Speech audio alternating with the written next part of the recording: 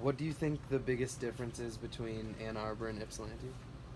I would say the biggest difference is cheaper out in Ypsi for cost of living than it is in Ann Arbor.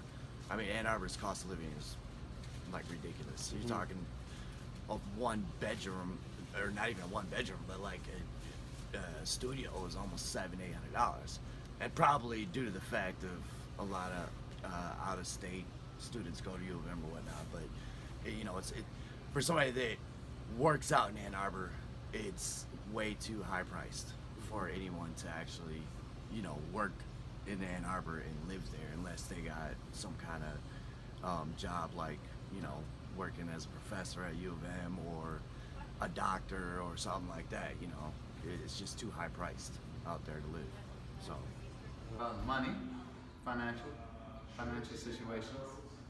Why do you think that is?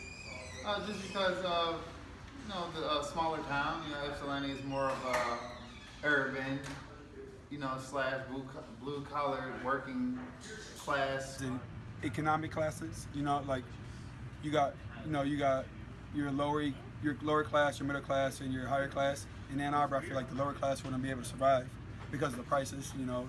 Prices of living in Ann Arbor is a little bit, actually it's probably twice as much as in Ypsi. Ann Arbor got more to do. I can say that. Ypsi and Ann Arbor, everybody know everybody. But I would say that it's more to do in Ann Arbor. It's more open. The people in Ann Arbor are more friendly. Well, at least from my experience. So I would say that's like the two significant differences. I think it goes hand in hand with opportunities and strive. Like a lot of people, are just comfortable with them doing nothing, because sometimes the government gives a lot to the people, the lower class, but some people need it. Some people take advantage of it where they can be out looking for work. But it's opportunities also. Ann Arbor I think has a lot more opportunities than they do in Ypsilanti.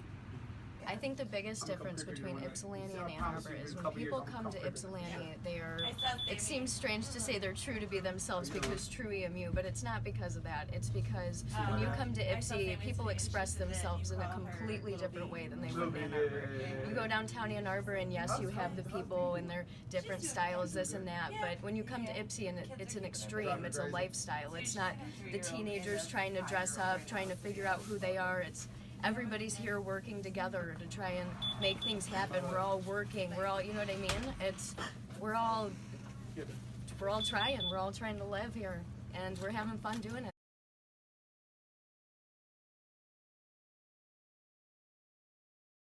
Are you financially, socially, mentally comfortable in the lifestyle you're living now? No, I'm not where I want to be. The reason I say it is because I know it's a lot more that I want to do and that I'm going to do with my life, so I'm still walking that path. But I can say as of right now, it's cool, but it's just not the place. I'm not in the mood to be complacent with it, I'll put it like that. yeah, I'd say yeah. Okay. And you're happy? I'm content. I mean, I'm not, everybody would like more money or more opportunities, but yeah, I'm content with I mean, you got to deal with the cards you're dealt, and just deal with them. I mean, no, I'm going for being a teacher, so this isn't exactly where I'm staying. So Okay. Gotcha. if you're comfortable as in where I'm going, yeah, this is fine for now. Okay. Of course, yes, I am. I'm definitely satisfied. I'm more of a independent, what we say, entrepreneur mental state. Basically, I do what I want and I work when I want. So, yes.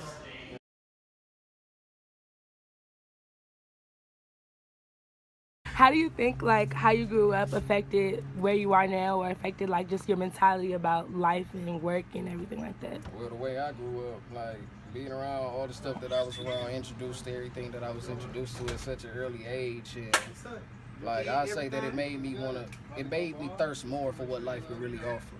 Because everybody that I was around then, they was complacent with being in the hood, being in the same spot. I want to see what's out there in the world. So my life, it made me want to get away from everything that I've been stuck with, dealing with all my life. So I want to experience something new. Going into education, I had a 3/4 dropout rate in my high school, so education is paramount for everything. I had kids back home who are my age that can barely read. It doesn't matter if they're white, black, Asian. Ignorance is ignorance, don't matter what color skin you are. So for me, education's really a big thing because Life it just made me more advanced, you know, made me more comfortable on taking care of people, managing people, you know, just analyzing others, you know, being a father at an early age, and it helped me to understand, you know, everybody has differences and they will be different, so it gave me a more open outlook on life. don't need to be like the lifestyles of the rich and famous. A paycheck to pay for the bills is just more than enough. I grew up as, my dad's actually a heroin addict, so my entire life it had been that back and forth, you know, not sure if it's true, if it's not, he tells you way too much. It was just, there's not really a background in education there, you know. So after, it's been my mom and my mom has been a single parent, had me at 17 years old, moved from Monroe to Ann Arbor by herself, ran her own company at the age of 22 with Dan's Houses. And he did the maintenance. He owned 50 rental properties downtown, and my mom ran that shit. So for me, it's when I look at my mom, and she's still in real estate. She is a badass. She is hustling in Ann Arbor, and so at anywhere. And so when I look at life, it's not, you know, you don't have to just go to school to go somewhere. I don't think that at all. I want to do it because I want to learn.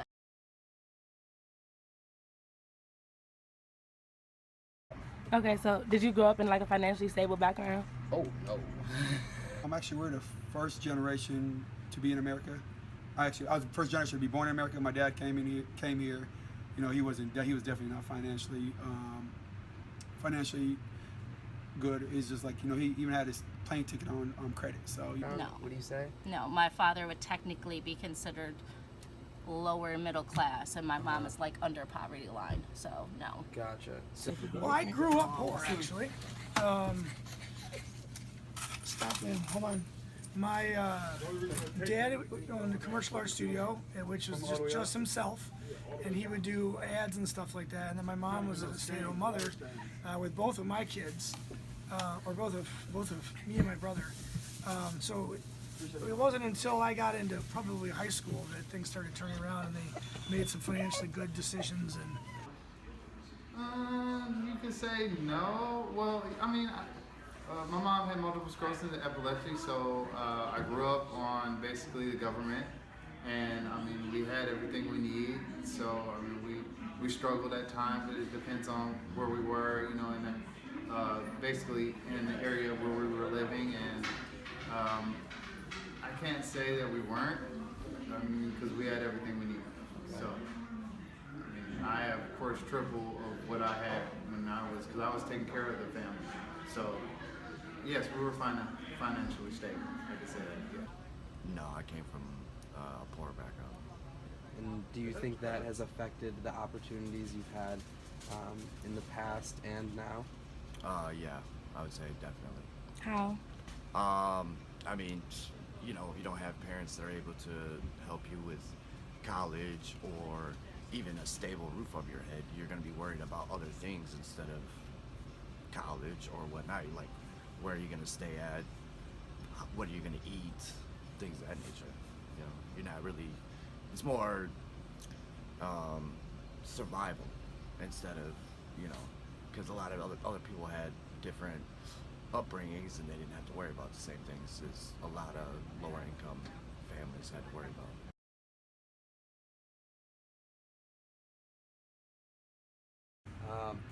Can you talk about your educational background? Yeah, I graduated from Eastern Business Management. After that, my mom actually divorced. We moved down to Miami Beach, Florida, but I was 14. So started online school there, moved back here, kept doing online school, and from the ages of 14 to 16, I worked at a real estate company called Savarino Properties, doing front desk stuff, answering phones, filing, computers, all that fun stuff. I got really close with Microsoft, and so then after that, I wanted to change. And Benny's Diner, everybody loves Benny's. That's my home. That's where I'm at right now. I left once, or actually I left twice. Once I got sick, but I'm just trying to hustle and make some money for myself. My educational background, I have a couple of certifications within cooking and within also simple CPR and first aid certified. You know, not too much. You know, I went to school for social work, but I mean that's the only things that I really have. I just have experience. Okay. You talk a little about your educational background. I have 3 degrees. I have a psychology, sociology double with a BSN from nursing. My son's kind of acting up. All from Eastern Michigan University, about 10 years of schooling. I go to school at Eastern Michigan University, double major, double minor, and I work at U of M, honestly, in a dining hall. Which one? South Quad. Oh, I always eat there. I have 1 year of college under my belt. All right. And what happened? Why didn't you finish college? Well, there was. If a you little feel bit comfortable. I don't mind Okay. talking about it. I had a little setback. I actually ended up getting locked up, and it messed up my student financial aid. I still had the grades and everything, but it messed up my financial aid. So I have to get that taken care of before I can get back re-enrolled. But I was going to WCC, so.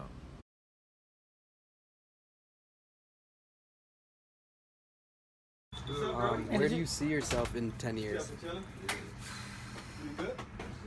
Probably owning about 7 blocks in this area. Pretty much.